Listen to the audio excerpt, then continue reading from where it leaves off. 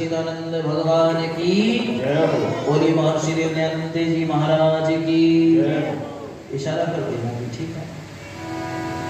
आइए गीतों ऋषिवर को प्रणाम करते हुए, नमन करते हुए, महर्षि देवदयानंद जी महाराज ने ये जीने का सलीका, ये जीने का तरीका, ये वेद का पथ हमको बताया है। इसलिए जितना भी धन्यवाद ज्ञापित करें उतना थोड़ा है। अगर आज ऋषि दयानंद इस समाज में ये संदेश ना देते तो आज यहाँ पर हम शायद बैठे ना होते। हम कहाँ होते? हम तो कहीं मस्जिद में गजलें गा रहे होते हैं जी, कहीं और किसी दरबार में दरबारी गवैये होते, या कहीं बपतिस्मा गले में हमारे होता, सिर पर चोटी गले में जनेऊ ना होता। ये स्थिति हम सबकी हो जाती इस हिंदू समाज की, इस आर्य जाति की वजह। तो इसलिए ऋषिवर का इतना उपकार है तो वो लोग भूल सकते हैं क्या हम? क्यों जी? जोर से बोलो। नहीं भूल सकते। इसलिए क्या कहा? मेरे साथ में बोलना, हम ना भूलेंगे, तुम ना भूलोगे उस ऋषिवर को, योगेश्वर को, मस्ताने योगी को। हम ना भूलेंगे, तुम ना भूलोगे, हम ना भूलेंगे, तुम ना भूलोगे उस ऋषिवर को, योगेश्वर को, मस्ताने योगी को। हम ना भूलेंगे, तुम ना भूलोगे, हम ना भूलेंगे, तुम ना भूलोगे उस ऋषिवर को, योगेश्वर को, दयानंद स्वामी को। हम ना भूलेंगे, तुम ना भूलोगे, हम ना भूलेंगे, तुम ना भूलोगे।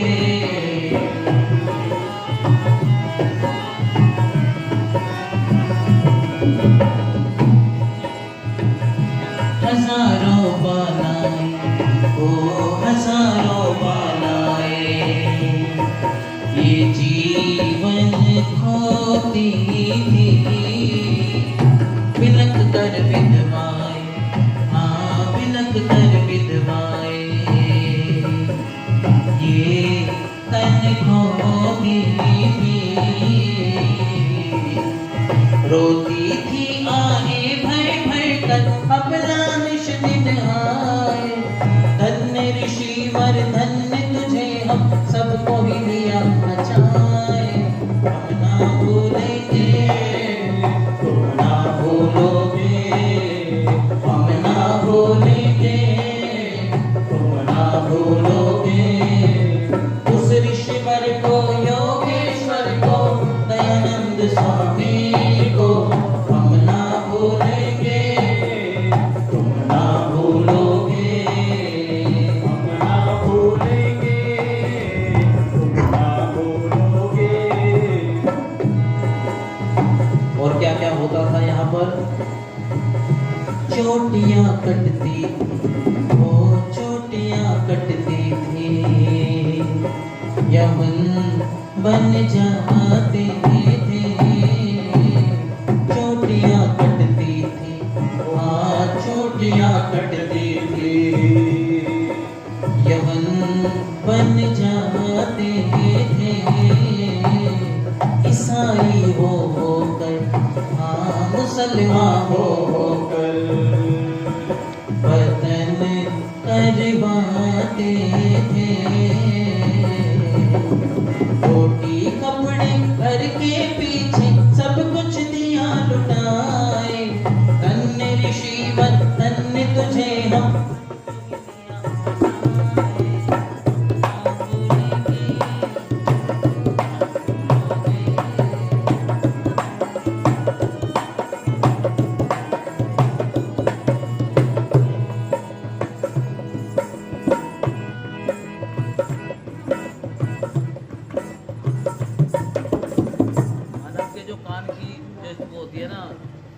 कहते थे पहले बिना माइक के बहुत दूर दूर तक आवाज़ें जाती थी। जो कान की जो आवृत्ति होती है वो 40 हर्ट्ज होती है लगभग, सुनने की जो क्षमता होती है। अब जब डीजे 400 हर्ट्ज पर बजेगा तो जो सुनने की जो ताकत है वो थोड़ी वीक पड़ती है। मेरे एकदम से जब बंद होता है तब तक सुनाई नहीं दे रहा। ये जो आवृत्ति है ये बढ़ती है, कान पर प्रेशर बढ़ता है, इसलिए जब वैसे बोलते हैं नॉर्मल तो थोड़ी देर तक तो सुनाई नहीं देता क्या बोल रहे हैं।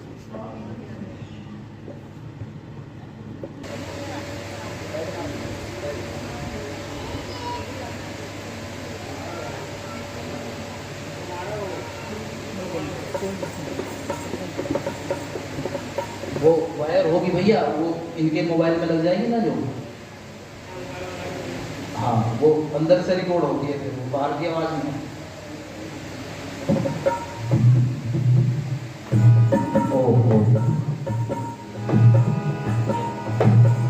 चोटियाँ कटती थी, ओ चोटियाँ कटती थी, यवन बन जाते थे, ईसाई होकर हाँ मुसलमान होकर बदन करवाते थे। रोटी कपड़े घर के पीछे सब कुछ दिया लुटाए, धन्य ऋषिवर धन्य तुझे हम सबको ही दिया बचाए। हम ना भूलेंगे तुम ना भूलोगे, हम ना भूलेंगे तुम ना भूलोगे, उस ऋषिवर को योगेश्वर को दयानंद स्वामी को तुम ना भूलेंगे तुम ना भूलोगे। घटाएं छाई थी, आंधियां आई थी, घटाएं छाई थी, आंधियां आई थी, बड़े तूफान चले मगर ऋषिवर नहीं रहे, बड़े तूफान चले मगर ऋषिवर नहीं रहे। ठोकरे खा के मुसीबत उठा के, ठोकरे खा के मुसीबत उठा के जाते वो जाते थे, यही धुन गाते थे, जिधर भी वो जाते थे यही धुन गाते थे। अरे भारत वालों इधर दृष्टि डालो, अरे भारत वालों इधर दृष्टि डालो, ईश्वर वाणी वेद तुम्हारा लक्ष्मण दिया भुलाए, धन्य ऋषिवर धन्य तुझे हम सबको ही दिया बचाए।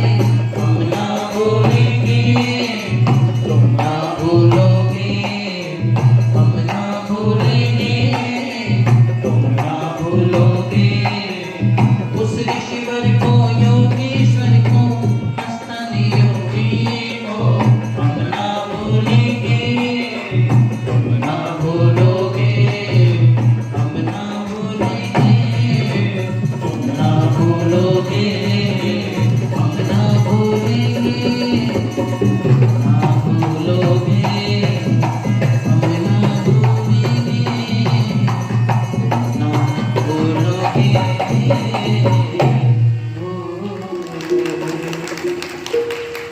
बोलिए महर्षि दयानंद जी महाराज की जयकारा। हलगानी जी पीछे जयकारा नहीं आया। बोलो दयानंद सरस्वती जी महाराज की जय हो। आदरणीय बाबूजी हमारे अपना आशीर्वाद कुछ धनराशि लेकर के कर रहे हैं। हमारे आदरणीय भाई साहब भूपेंद्र जी की जो बहनें हैं और उनकी बहनें हमारी बहनें, तो परिवार है एक लगा है, तो वो भी पारितोषिक रूप में कुछ धन दे रहे हैं। आदरणीय बाबू जी भी सम्मान कर रहे हैं, उनका भी बहुत बहुत धन्यवाद ज्ञापित करता हूँ। भैया थोड़ा सा पंडित जी बूम कम कर दीजिए, इसकी बूम, हाँ क्लियरिटी आती है, स्वीटनेस।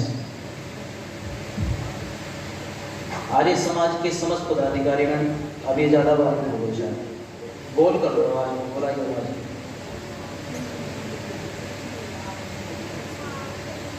आर्य समाज के समस्त पदाधिकारीगण, मंत्री जी, प्रधान जी, कोषाध्यक्ष जी, इस कार्यक्रम में उपस्थित आर्य जगत के बहुत उच्च कोटि के विद्वान, आदर और सम्मान के योग्य आचार्य सुश्रुत जी सांसर्मी, आयु भर जिन्होंने अपने गीतों के माध्यम से, भजनों के माध्यम से महर्षि देवदयानंद जी महाराज के उन विचारों को जन जन तक पहुंचाने का कार्य किया है, ताउम्र आदर और सम्मान के योग्य पूज्य पंडित रामरथ आर्य जी, मंच पर आ जाए महाराज।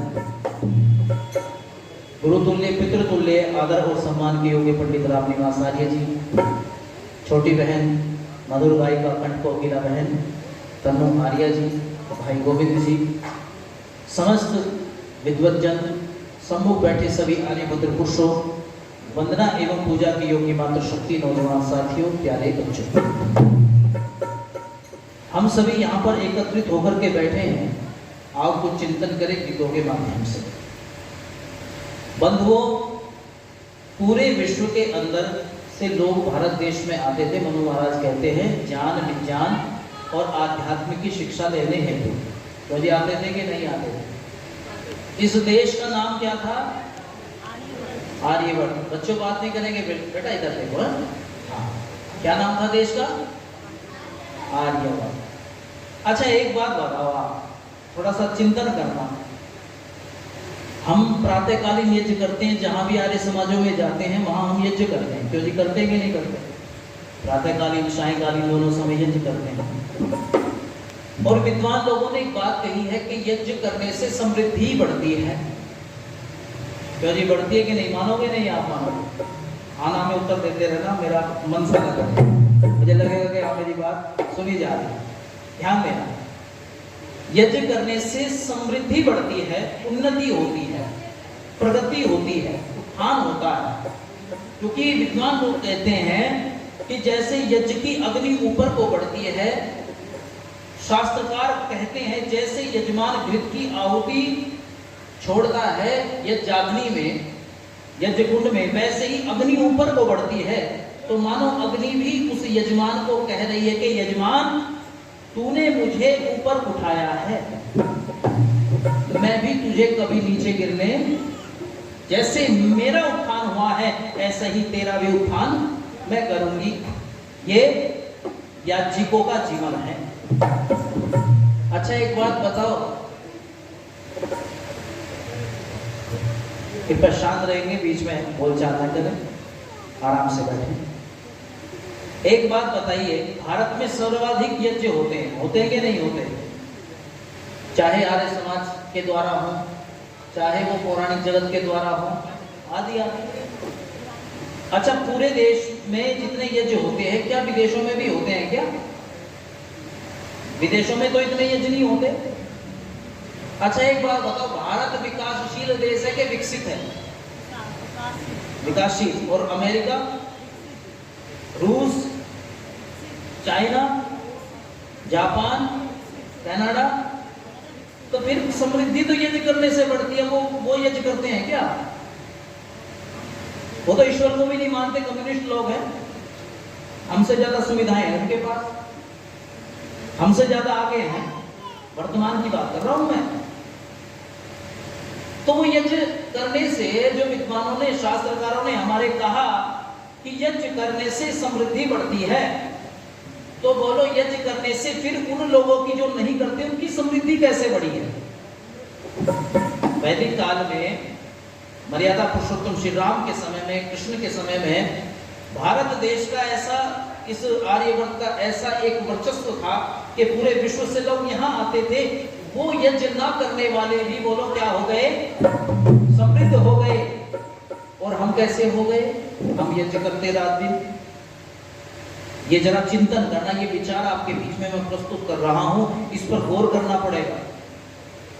देखो, दयानंद सरस्वती ने जो यज्ञ की परिभाषा हमें दी है वो हमने नहीं समझी, चाहे इसमें आर्य समाज है चाहे पौराणिक। ये बिल्कुल सत्य और सीधी बात है। ऋषि दयानंद ने यज्ञ की परिभाषा क्या दी है? ऋषि दयानंद ने यज्ञ की जो परिभाषा दी है वो दी है अग्निहोत्र से लेकर अश्वमेध पर्यंत समस्त शिल्प विद्या, पदार्थ विद्या जिससे जगत का उपकार होता है उसको यज्ञ कहते हैं। अब हम लोग बोलो कहां तक आए? अश्वमेध कैसे करेंगे आज के समय में? क्यों जी? अश्वमेध पहले थे, राजा लोग करते थे कि घोड़ा अश्व छोड़ देते थे, जहां तक सीमा तक जाता था उसको चुनौती जो देता था, लड़ना पड़ता था, तब जाकर के उस सीमा आदि का विवाद रहता था। आज कैसे करेंगे? ऋषि दयानंद ने उस समय लिखा कि अग्निहोत्र से लेकर अश्वमेध पर्यंत समस्त शिल्प विद्या व पदार्थ विद्या जिससे जगत का उपकार होता है उसको यज्ञ कहते हैं, मानता हूं। हम कहां तक पहुंचे हैं बोलो इस यज्ञ की परिभाषा में? ये सभी के लिए उपदेश है। हम केवल अग्निहोत्र तक सीमित हैं। हम केवल अग्निहोत्र को ही यज्ञ मान रहे हैं और अग्निहोत्र से आगे बढ़ने की हमने कोशिश, अग्निहोत्र से लेकर बिना अग्निहोत्र के समृद्धि नहीं हो सकती, इसमें कोई असत्य बात नहीं है। यज्ञ से ही समृद्धि होती है, लेकिन वो पूरे यज्ञ को मान करके, यज्ञ की परिभाषा समझ करके। अच्छा एक बात बताओ, यज्ञ का मतलब है देव पूजा, दान अथवा संगति करना। तीन अर्थ जहां पर तीन मिश्रण होता है वहां पर यज्ञ कहलाता है। देव पूजा यानी कि देवताओं का पूजन, पूजन माने जल देवता है, वायु देवता, इनको शुद्धिकरण, सत्कार, वायु कैसे शुद्ध हो, जल कैसे शुद्ध हो। और दान का मतलब है कि समाज को क्या मिल रहा है। दान का मतलब तो एकदम धन से लगा लेते कि धन दान, वो केवल दान हो नहीं, योगदान भी दान होता है। संगतिकरण माने पदार्थ विद्या, मिलकर के बैठना ही मात्र संगतिकरण नहीं होता, पदार्थ विद्या को संगतिकरण कहते हैं। अब आपने देखा होगा हम पदार्थ विद्या को भी नहीं जानते। जब हम यज्ञ करने बैठते हैं तो हम तांबे के बर्तनों का यूज करते हैं घृत के लिए भी। जो केमिस्ट्री पढ़े हुए लोग हैं वो जानते हैं विष बन जाता है। श्रोवा और घृत का पात्र तांबे का नहीं होना चाहिए। जल के लिए उपयुक्त होता है तांबा मात्र, गर्म जल के लिए भी नहीं होगा, ये ध्यान रखना। पहले यज्ञ के पात्र सोना, चांदी, कांसा अथवा काष्ठ के होते थे। ये केमिकल, ये जो रिएक्शन है, जब घृत और तांबा आपस में रिएक्ट करते हैं तो वो ऑक्साइड बनाते हैं जो विषैला और कड़वा होता है। अपने घर में अच्छे अच्छे पात्र बनवाए, चांदी आदि के बनवाए, बढ़िया। स्टील और भी ठीक है, लोहा भी ठीक है, लेकिन कुछ धातुएं जो स्वतंत्र होती हैं, जो केमिस्ट्री जानते हैं, रसायन शास्त्र जिन्होंने पढ़ा है वो समझेंगे इस बात को कि वो स्वतंत्र धातुएं होती हैं। इसीलिए आप जब पढ़ेंगे पुराने कालों में जब यज्ञ करते थे, यज्ञ को साइंटिफिक प्रूव करते थे। एक व्यक्ति ने जब जल में आचमन लिया और आचमन लेकर के वह व्यक्ति उस जल को देखता है। अच्छा जल क्या है? देवता है क्या? जल देवता ही तो है ना। और देवता किसको कहते हैं? जो दिव्य गुणों से युक्त होता है। और हमें देवता का पूजन करना है, देव पूजा, दान और संगतिकरण। अब देवता एक व्यक्ति वह है जो साधारण से जल का आचमन करके जल को उसने पी लिया। एक व्यक्ति वह है जिसने जल को देखा और जल को देख करके उसने मात्र ये नहीं देखा कि ये जल है, इसको पीना है। उसने देख लिया कि ये जल ही नहीं है, ये तो H2O है। क्या है? हाइड्रोजन और ऑक्सीजन का ये मिश्रण है। और मात्र ये H2O ही नहीं है, अरे इसमें तो विद्युत भी है, दिव्य गुण है इसमें। और उस व्यक्ति ने बड़े बड़े बांध बनाए, जल को रोका और वहां पर नीचे उसके ऊपर से धार छोड़ी और नीचे टरबाइन पंखों का निर्माण किया, जिससे विद्युत को उत्पन्न किया। और विद्युत जब उत्पन्न हो गई तो बोलो संसार का उपकार किया कि नहीं किया? क्यों जी? संसार का उपकार हुआ कि नहीं हुआ? जिसने विद्युत को दिया है बोलो उसने परोपकार किया है कि नहीं किया है? जगत का उपकार किया कि नहीं किया? क्योंकि आज विद्युत चली जाए तो सब काम बंद हो सकते हैं, बंद हो जाते हैं। इसलिए जिसने इस संसार के उपकारार्थ अग्निहोत्र करते हुए इन आविष्कारों को दिया, विदेशी लोगों ने अगर इसमें मेहनत किया है तो वो उसमें भी कोई आश्चर्य की बात नहीं है, क्योंकि ऋषि दयानंद जी महाराज कहते हैं अगर विदेशी लोग अपने पुरुषार्थ के बल पर, अपनी मेहनत के, बुद्धिमत्ता के बल पर अगर उन्नति को प्राप्त हुए हैं तो इसमें भी कोई आश्चर्य नहीं है। और अगर आर्य लोग अपने आलस्य, प्रमाद और बुराइयों, दोषों के कारण अगर पतन को प्राप्त हुए हैं तो इसमें भी कोई आश्चर्य। इसलिए जो पुरुषार्थ करेगा वो बढ़ेगा, क्योंकि वेद कहता है सम गच्छत्वम सम वदत्वम सम वो मनांसी जानता। इसलिए हम कैसे थे भला?